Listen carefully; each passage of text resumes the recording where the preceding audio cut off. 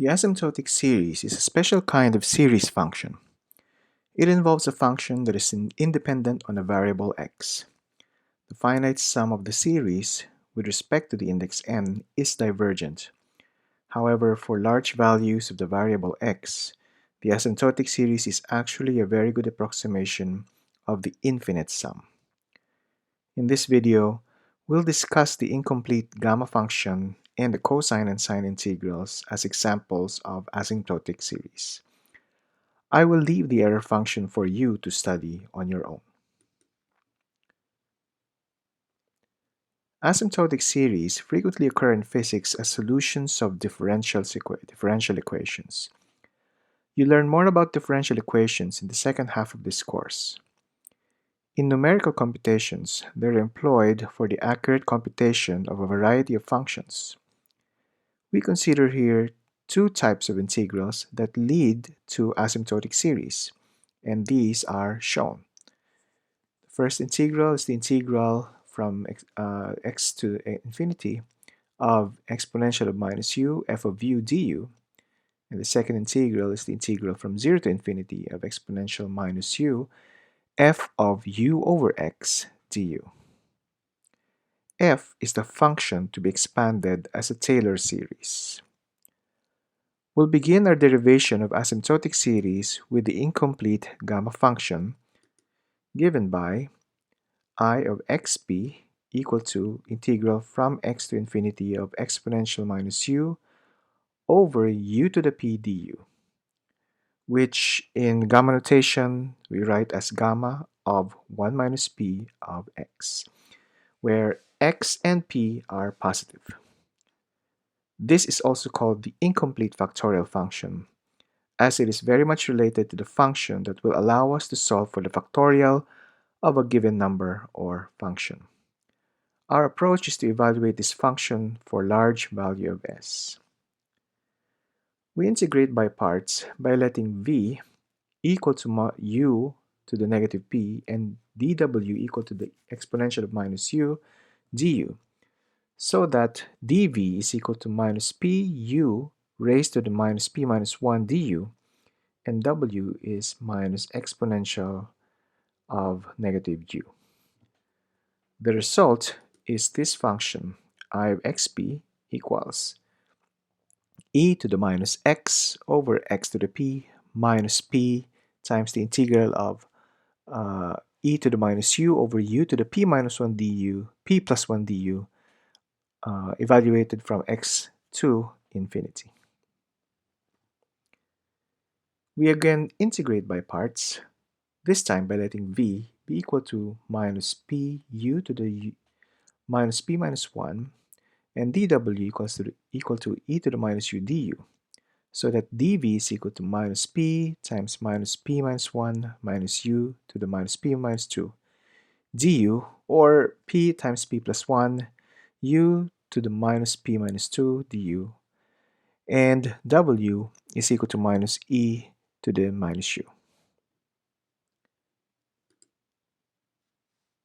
We then obtain I of xp equals e to the minus x over x to the p minus p e to the minus x over x to the p plus 1 plus p times p plus 1 integral from x to infinity of e to the minus u over u to the p plus 2 du.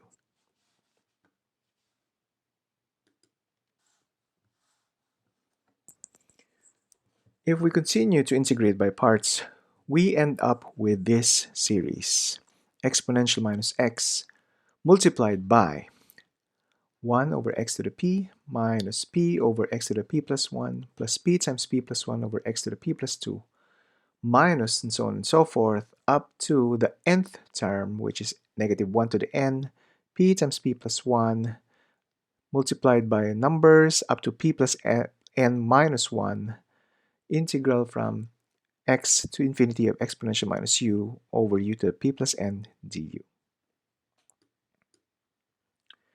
In general, we can rewrite the coefficients of each term by writing them in factorial notation, so that it will be easier to write them in summation notation.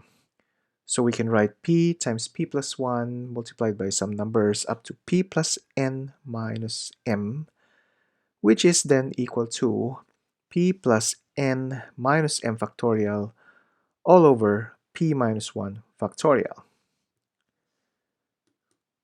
We then rewrite I of xp as shown. The notation S sub n of xp represents the nth partial sum of the series. We can check the convergence using the ratio test. We then find that the series diverges for all finite values of x, essentially everywhere. Let's now compare the nth partial sum and compare it with the total sum I of xp. So that I of xp minus s sub n xp is equal to negative 1 to the n times p plus n minus 1 factorial over p minus 1 factorial, integral from x to infinity of exponential to the minus u over u plus p plus n du. If we take the absolute value of this difference, we have absolute value of I of xp minus s sub n xp should be less than or equal to p plus n minus 1 factorial over p minus 1 factorial, integral from x to infinity of e to the minus u over u plus p plus n du. Now we replace u with v plus x, and then the integral becomes e to the minus x over x to the p plus n plus 1 integrated from 0 to infinity times of the exponential of minus v over x plus 1 raised to the p plus n plus 1 dv. Notice that for large values of x, the integral becomes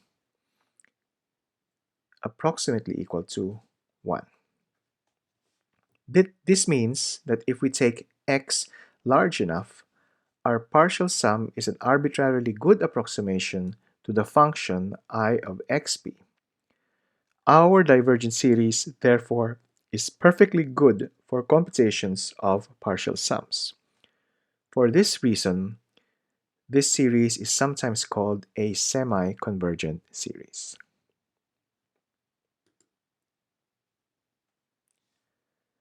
Asymptotic series may also be developed from definite integrals if the integrand has the required behavior.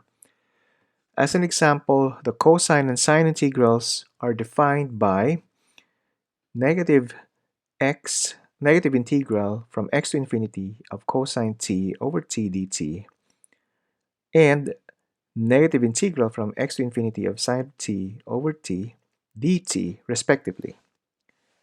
Combining these with regular trigonometric functions, we define f of x equals c I of x sine x minus si of x cosine x, which gives us negative integral from x to infinity of cosine t sine x over t dt plus integral from x to infinity of sine t cosine x over t dt, which simplifies to integral from x to infinity of sine t minus x over t dt. If we let y be equal to t minus x, then dy equals dt, and y equals 0 when t equals x.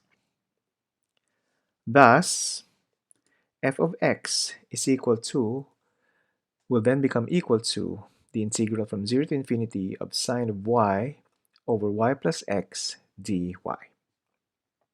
Similarly, we define g of x equal to negative ci x cosine x minus si of x sine x, which ends up with the final equation of integral from x to infinity of cosine t minus x over t dt. Again, letting y be equal to t minus x so that dy equals dt and y equals 0 when t is equal to x. This gives us g of x equal to the integral from 0 to infinity of cosine y over y plus x dy.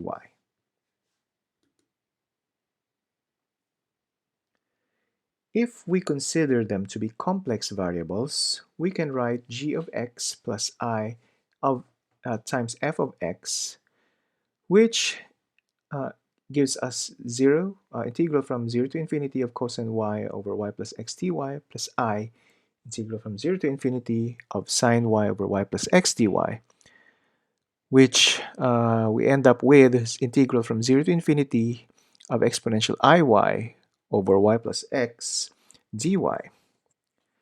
If we let u be equal to negative iy over x, then du is equal to negative I dy over x.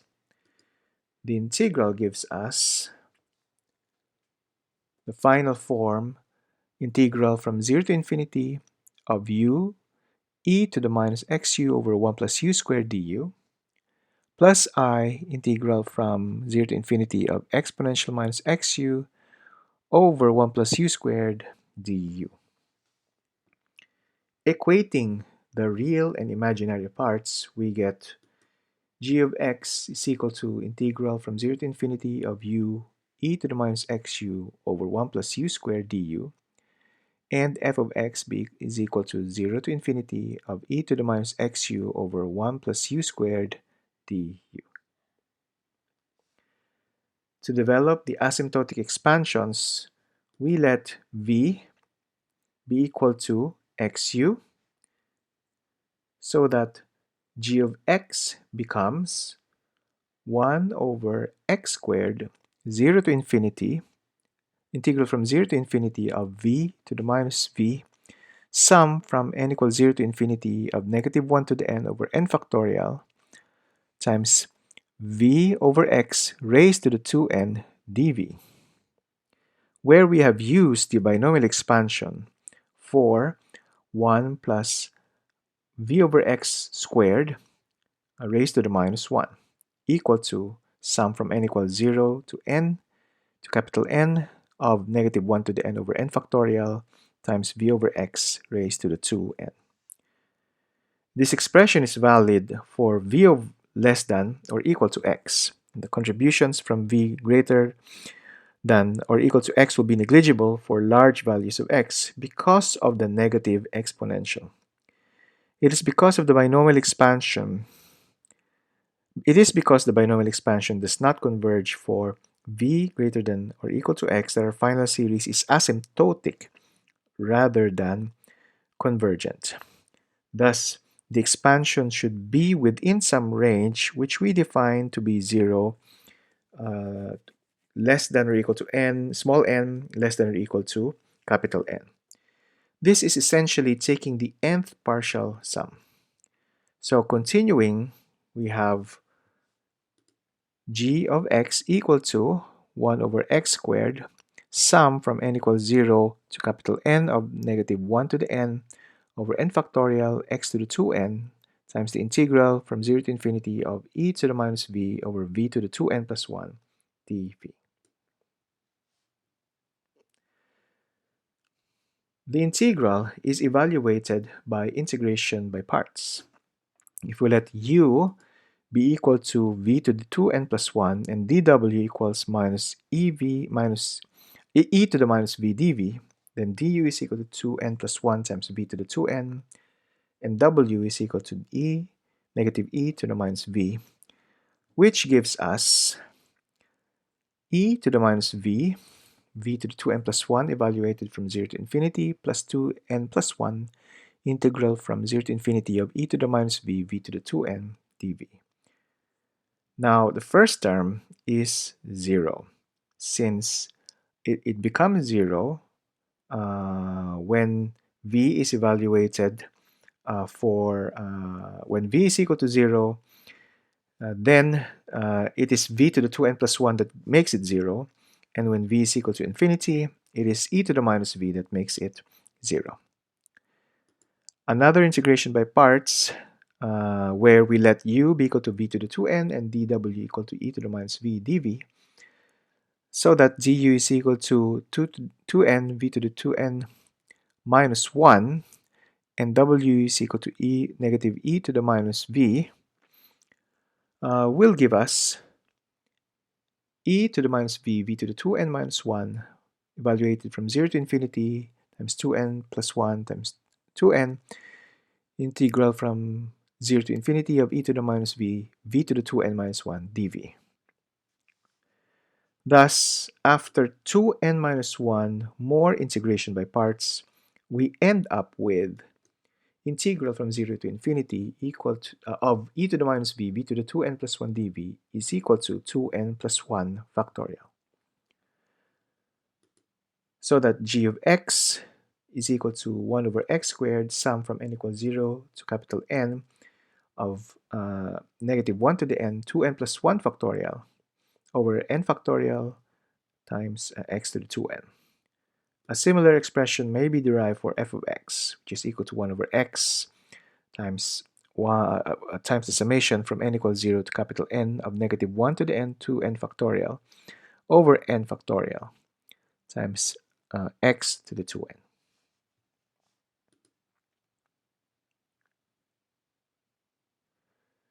So we recall that earlier in a couple of slides, f of x is equal to ci of x sine of x minus si of x cosine x.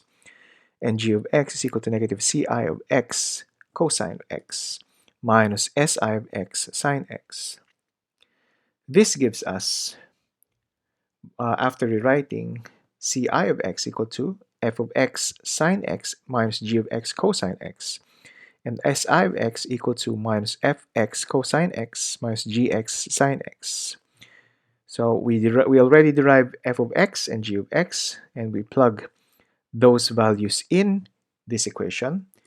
We get ci of x equal to negative integral from x to infinity of cosine t over t dt is equal to sine x over x times sum from n equals 0 to capital N of negative 1 to the n over 2n factorial over n factorial x to the 2n minus cosine of x over x squared sum from n equals 0 to n times of negative 1 to the n times 2n plus 1 factorial over n factorial x to the 2n.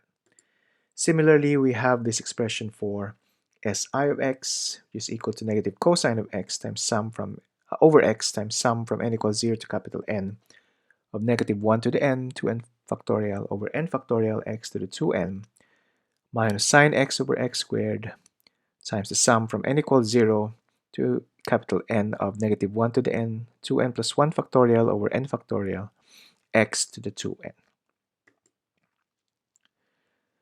We can summarize the behavior of the asymptotic series with the following properties. So the limit of as x approaches infinity of x to the n of r sub n of x is equal to 0 for fixed n. And the limit as n approaches infinity, where x to the n times r sub n of x is equal to infinity for fixed n, where r sub n of x is the difference between the infinite sum and the nth partial sum of the asymptotic series, and as shown here.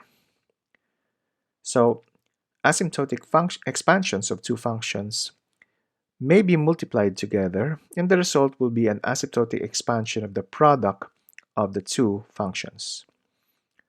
I invite you to verify these two definitions on the incomplete gamma function and the cosine and sine integrals. Note that such asymptotic series are always finite sums and never infinite series. There is one more function that is also considered as an asymptotic series, which you can practice on as well, and that is the error function. I also invite you to study it by yourself and figure out where the infinite series is used. So much of what we went through here involves a bit of work in order for you to understand the process. As in the previous videos, I invite you to get a piece of paper and a pen or a pencil and go through each of these series step by writing them down on your own. The next and final video covering the second exam will be short and will be about infinite products.